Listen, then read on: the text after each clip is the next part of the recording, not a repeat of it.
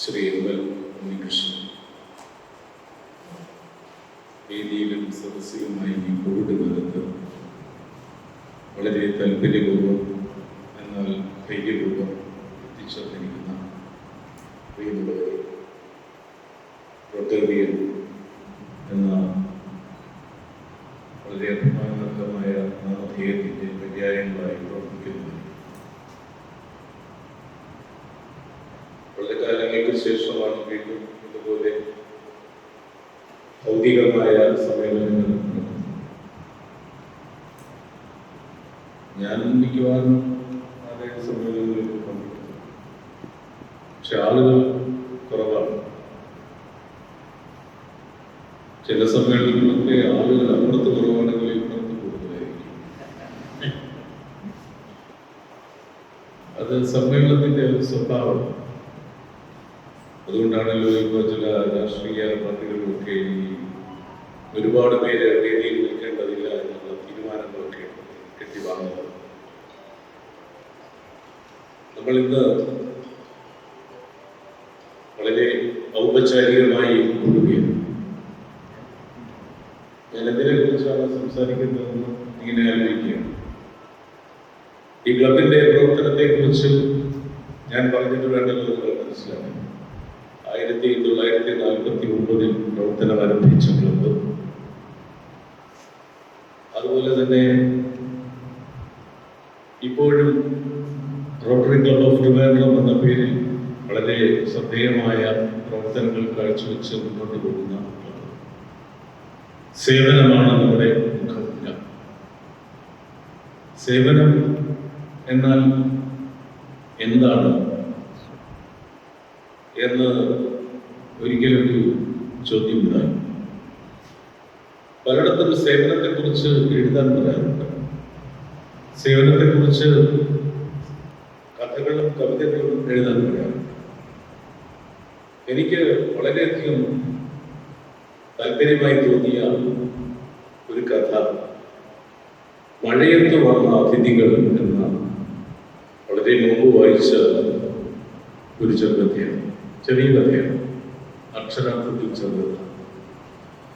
ഒരു രാത്രി സമയത്ത് കോരിച്ചൊരിയുന്ന മഴ പെയ്തുകൊണ്ടിരിക്കുമ്പോൾ, കോരിച്ചൊരിയുന്ന മഴയത്ത് ഇടിയും മിന്നലുമൊക്കെ പുറത്ത് താണ്ഡവമാടുമ്പോൾ ഒരു കൊച്ചു കുടിലിൽ ഒരു ഭാര്യയും ഭർത്താവും ഒരു ചെറിയ പായിൽ കിടക്കുകയും വല്ലാത്ത മഴയും പ്രതീക്ഷവും. പെട്ടെന്ന് അവ കുടിലിന്റെ വാതിൽക്കലാരോ വന്ന് തട്ടി. വഴിപോക്കലാരുമാണ്, അഭയം തേടി വന്നതാവണം. ഭാര്യ പറഞ്ഞു, ഭർത്താവിന്റെ കൈക്ക് പിടിച്ചു. ഭർത്താവ് തട്ടുകെട്ടോടെ എഴുന്നേറ്റു. ആണല്ലോ ആണുങ്ങളുടെ ഒരു സ്വഭാവം. അദ്ദേഹം എഴുന്നേക്കാൻ പോയപ്പോൾ ഭാര്യ കൈക്ക് പിടിച്ചിട്ട് പറഞ്ഞു, ആരെങ്കിലും അഭയം തേടി വന്നതായിരിക്കും മഴയത്ത്, എണീക്കണ്ട.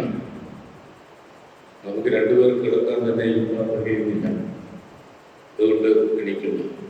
അദ്ദേഹം പറഞ്ഞു, നമുക്ക് കിടക്കാനല്ലേ തികയാറുള്ളൂ, നമുക്ക് ഇരിക്കാം. എന്നാലോ അദ്ദേഹം പോയി പറഞ്ഞു, എനിക്ക് തോന്നുന്നത് ഈ RAC-യിലൊക്കെ യാത്ര ചെയ്തിട്ടുള്ള ആളാണ്, ട്രെയിനിലൊക്കെ ഇരുന്ന് നല്ല ശീലമുള്ളതാണ്. അദ്ദേഹം പോയി തുറന്നു. ഒരു ചെറുപ്പക്കാരൻ നനഞ്ഞ് ഊറ്റി വാരി വന്ന് നിൽക്കുന്നു. അകത്തേക്ക് ക്ഷണിച്ചു. കഥയിൽ പിന്നെ അയാളെ എവിടെ ഇരുത്തിയെന്നൊന്നും പറയുന്നില്ല, ഇരുന്ന് കാണുന്നു. അങ്ങനെ അവർ 3 പേരും കൂടെ ഇരുന്ന് സംസാരിച്ച് മഴ വല്ലാത്ത ഒരു പ്രതീക്ഷ. ഇന്ന് രാവിലെ തുടങ്ങിയ മഴയാണ്, ഇന്നലെ രാത്രിയും നല്ലപോലെ പെയ്തതാണ്, നിർത്താതെ പെയ്യുകയാണ്, എന്താണ് എന്നൊക്കെ പറഞ്ഞുകൊണ്ടിരിക്കുമ്പോൾ വേറൊരു തട്ട് കേട്ടപ്പോൾ ആദ്യം പ്രതികരിച്ച് ഈ ചെറുപ്പക്കാരനാണ്, വേണ്ട തുറക്കണ്ട കേട്ടോ. അയാൾ പറയുന്നു, 3 പേർക്ക് തന്നെ അന്വേഷിച്ചിരിക്കാനേ സ്ഥലമുള്ളൂ, തുറക്കണ്ട. രോഗനാഥൻ എഴുന്നേറ്റ്. അദ്ദേഹം അർപ്പണ മനസ്സുള്ള, സേവന സന്നദ്ധതയുള്ള, ഹൃദയമുള്ള, സ്നേഹമുള്ള, കരുണയുള്ള ഒരു മനുഷ്യനാണ്. അദ്ദേഹം പറഞ്ഞു, ഇല്ല നോക്കട്ടെ. അപ്പൊ ഇയാൾ കണ്ടുപിടിച്ചു, നമുക്ക് ഇരിക്കാൻ പോലും സ്ഥലമില്ല, നമുക്ക് ഇരിക്കാനല്ലേ സ്ഥലമില്ല, നമുക്ക് നിൽക്കാം, നോക്കട്ടെ. അദ്ദേഹം തുറന്നപ്പോൾ ഒരു വൃദ്ധൻ വല്ലാതെ വിറങ്ങലിച്ച് വന്ന് കിടുകിടാ ഉറയ്ക്കും. അപ്പോൾ അദ്ദേഹം പറഞ്ഞു, വരും, നമുക്കിതിനകത്ത് ഉള്ള സ്ഥലത്ത് നിൽക്കുകയോ ഇരിക്കുകയോ ഒക്കെ ചെയ്യാം, വരുമെന്ന് പറഞ്ഞ് അദ്ദേഹത്തെ വിളിച്ചു. അദ്ദേഹത്തിന് ആശ്വാസമായി. എന്നിട്ട് സ്ത്രീ പോയി കാപ്പിയോ കട്ടനോ ഒക്കെ ഇട്ട് കൊടുത്തു. അങ്ങനെ വിളിച്ച് ഒരുവിധം അവർ അഡ്ജസ്റ്റ് ചെയ്യുമ്പോൾ വീണ്ടും തട്ട് കേട്ടപ്പോൾ വൃദ്ധം പറഞ്ഞു, ശോ തുറക്കല്ലേ, ഇവിടെ തന്നെ അവർക്ക് സൗകര്യമില്ല, തുറക്കരുതെന്ന് ആര് പറയുന്നു? വൃദ്ധൻ പറയുന്നു. നമ്മൾ പറയുമല്ലോ, നമ്മൾ ബസ്സിൽ കയറി കഴിഞ്ഞാൽ പിന്നെ എങ്ങനെ നിർത്തണ്ട നമ്മളുടെ പറയുമല്ലോ, നമുക്ക് ഇറങ്ങേണ്ടിടത്ത് നിർത്തേണ്ട കാര്യമേ ഉള്ളൂ. അപ്പോ വൃദ്ധനെ പറഞ്ഞൊന്നും കേട്ടില്ല. അയാൾ പോയി തുറന്നപ്പോൾ കൊച്ചുകുട്ടി എവിടെ പോയിട്ടാണെന്ന് അറിയില്ല, വല്ലാതെ പരിഭ്രമിച്ച് വന്ന് നിൽക്കുന്നു. അതിനെ കൂടി അകത്തോട്ട് കയറ്റിയപ്പോൾ ആകെ പറഞ്ഞുവല്ലോ, ചെറിയ കുടിലാണ്. അയാൾ പറഞ്ഞു, ഒരു കാര്യം ചെയ്യാം, മോൾ അകത്തോട്ട് നിന്നോളൂ, അമ്മാവിനെ ഇരുന്നോളൂ, നിങ്ങൾ ആ ഭാഗത്തൊക്കെ അഡ്ജസ്റ്റ് ചെയ്തോളൂ, ഞാൻ പുറത്ത് നിൽക്കാം, ഞാൻ ഇത്രയും നേരം അകത്തിരിക്കുകയായിരുന്നു, ഞാൻ ഇനി പുറത്തേക്കാം, കുഴപ്പമില്ല. ഇതാണ് സേവനം, ഇതാണ് സേവനത്തിന്റെ മനസ്സ്. ഒരു സേവനം ചെയ്യുവാൻ എന്തെങ്കിലും ഒരു കാരണം കണ്ടെത്തും, അല്ലാതെ ഒരു സേവനം ചെയ്യാതിരിക്കാൻ 100 കാരണങ്ങൾ കണ്ടെത്തുകയല്ല. അതിന്റെ പേരാണ് സേവനം. പക്ഷെ ഈ സേവനമൊക്കെ ചെയ്യുമ്പോൾ ആരുടെ ഭാഗത്തുനിന്നും നന്ദിയൊന്നും പ്രതീക്ഷിക്കരുത്. ഇങ്ങനെ ഒരു സംഭവമേ ഇല്ല. ഞാൻ പറഞ്ഞു കേട്ട ഒരു അനുഭവമാണ്. നമ്മുടെ ഈ മെഡിക്കൽ കോളേജിൽ പണ്ടൊരു ഡോക്ടർ ഉണ്ടായിരുന്നു. അദ്ദേഹത്തിന്റെ പേര് പൗലോസ് എന്നാണ് ഞാൻ കേട്ടത്. പഴയ ഡോക്ടറാണ്, പഴയ ആളുകൾക്കൊക്കെ അറിയാം. അദ്ദേഹം വലിയ പ്രാരാബ്ധമൊന്നും ഇല്ലാത്തതുകൊണ്ടാണോ മനസ്സിന്റെ വിശാലത കൊണ്ടാണോ എന്താണെന്ന് അറിയില്ല, അദ്ദേഹത്തിന് കിട്ടുന്ന ശമ്പളം കിട്ടിയ ദിവസം അദ്ദേഹത്തിന് ആവശ്യമുള്ള കാശ് എടുത്തിട്ട് ബാക്കി ഈ മെഡിക്കൽ കോളേജ് പരിസരത്തുള്ള കുഷ്ഠരോഗികൾക്കും ഭിക്ഷാന്തേഹികൾക്കും ഒക്കെ ആയിട്ട് വീതിച്ചു. പിന്നെ ഇദ്ദേഹത്തിന് ശമ്പളം കിട്ടുന്ന ദിവസം അദ്ദേഹത്തിനേക്കാൾ നിശ്ചയം ഇവർക്കാണ്. അവരെ കൃത്യമായി വന്ന് എത്തിയകത്ത് നോക്കിയ സാർ റൗണ്ട്സിന് പോകുന്നുണ്ട്, ഇന്നിപ്പം ഉച്ചയ്ക്ക് ശേഷം പോയാൽ മതിയായിരുന്നു, രാവിലെ ഇറങ്ങിയിരിക്കുകയാണ് എന്നൊക്കെ പറഞ്ഞ് വന്ന് നിൽക്കുന്ന ഒരവസ്ഥയാണ്. എന്തായാലും അദ്ദേഹത്തിന് ശമ്പളം കിട്ടിക്കഴിഞ്ഞാൽ ഇവർക്കെല്ലാം വീതിച്ചു. ഒരു തവണ അദ്ദേഹത്തിന് ശമ്പളം കിട്ടിയില്ല. ലീവ് വന്നു എടുത്ത് AG's ഓഫീസിൽ നിന്ന് എന്തോ പേപ്പർ വരാനുണ്ട്, അങ്ങനെ എന്തോ ഒരു ചുവന്ന നാടയിൽ കുരുങ്ങി അദ്ദേഹത്തിന് ശമ്പളം കിട്ടിയില്ല. അദ്ദേഹം ലീവിലുമായിരുന്നു. അത് കഴിഞ്ഞ് അദ്ദേഹം ജോയിൻ ചെയ്ത് യുമാനോടെ എല്ലാം കൂടെ കറങ്ങുകയാണ്.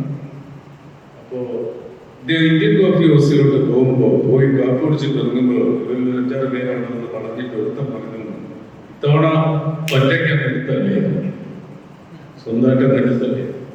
അപ്പൊ ഇതാണ് അവരിൽ നിന്നുള്ള മനോഭാവം. പക്ഷേ എപ്പോഴും നമ്മൾ ഇന്ത്യയിൽ സേവനത്തെ കുറിച്ച് ചിന്തിക്കുമ്പോൾ നമ്മുടെ മനസ്സിൽ നിറഞ്ഞു നിൽക്കുന്നത് മദർ തെരേസയാണ്. അവർ ജന്മം കൊണ്ട് അൽബേനിയയിലാണെങ്കിലും കർമ്മം കൊണ്ടും പൗരത്വം കൊണ്ടും ഇന്ത്യയിൽ ഈ ലോകം മുഴുവൻ അതിൻ്റെ സേവനത്തിൻ്റെ വിശാലമായ ലോകം തീർത്തുകൊണ്ട് ജീസസിൽ വിശ്വസിച്ചുകൊണ്ട് അവർ നടത്തിയ മനോഹരവും വളരെ നിർമ്മലവുമായ സേവനത്തിൻ്റെ ആ ഒരു ചിത്രം നമ്മുടെയൊക്കെ മനസ്സിൽ ആവേശത്തിൻ്റെ തിരകൾ സൃഷ്ടിച്ചുകൊണ്ട് ഇപ്പോഴും നിൽക്കുന്നു.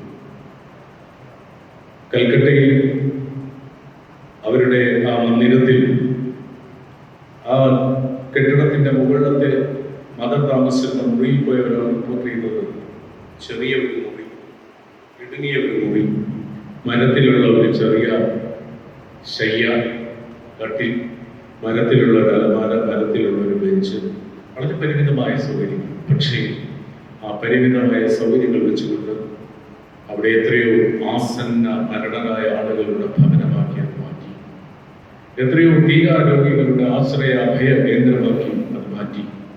ഒരിക്കൽ ഗട്ടറിൽ നിന്ന് വൃദ്ധനായ ഒരാളെ ദേഹമാസുവിനെ മുഴുവരിച്ച് ചെളിയിൽ കോടയിൽ വീണ് കിടന്ന ഒരാളെ അവർ വളരെ മെലിഞ്ഞ സ്ത്രീ ഭൂമിയെ കുമ്പിടുന്നത് പോലെ നടക്കുകയും പരുത്തി വസ്ത്രം ധരിക്കുകയും കണ്ണുകൾ ശുഭ്രമായി തുറക്കുമ്പോൾ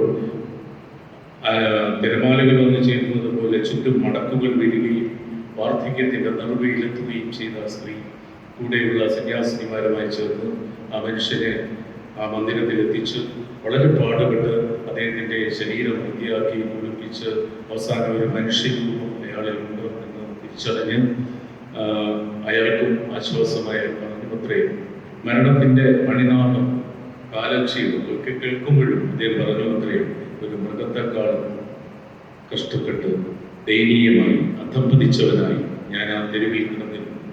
പക്ഷെ ഇപ്പോൾ എനിക്ക് സാന്ത്വനം തോന്നുന്നു.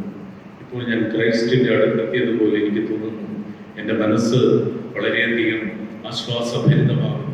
അയാളുടെ കണ്ണിൽ ഒരു പ്രകാശത്തിൻ്റെ വെളിച്ചം വരുന്നു.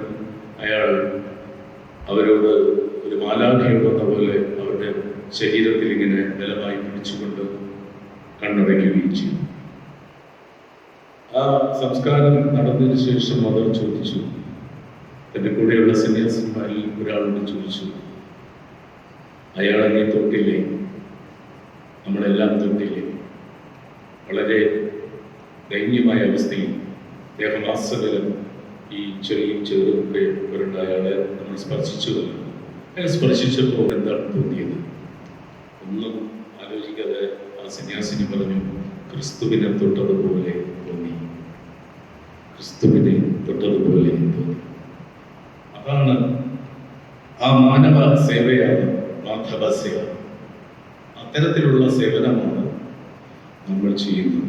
അപ്പോൾ അതുകൊണ്ടാണ് നമ്മൾ ഈ രോഗാണുക്കളെയെല്ലാം അതിജീവിച്ചുകൊണ്ട് നമ്മൾ ഇന്ന് ഇവിടെ കൂടിയിരിക്കുന്നത്.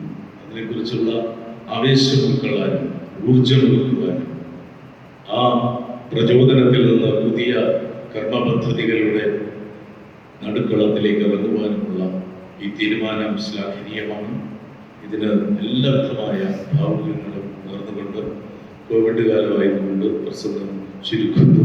നിങ്ങൾക്കെൻ്റെ നമസ്കാരം. Thank you, Mr. Solution, for the nice words.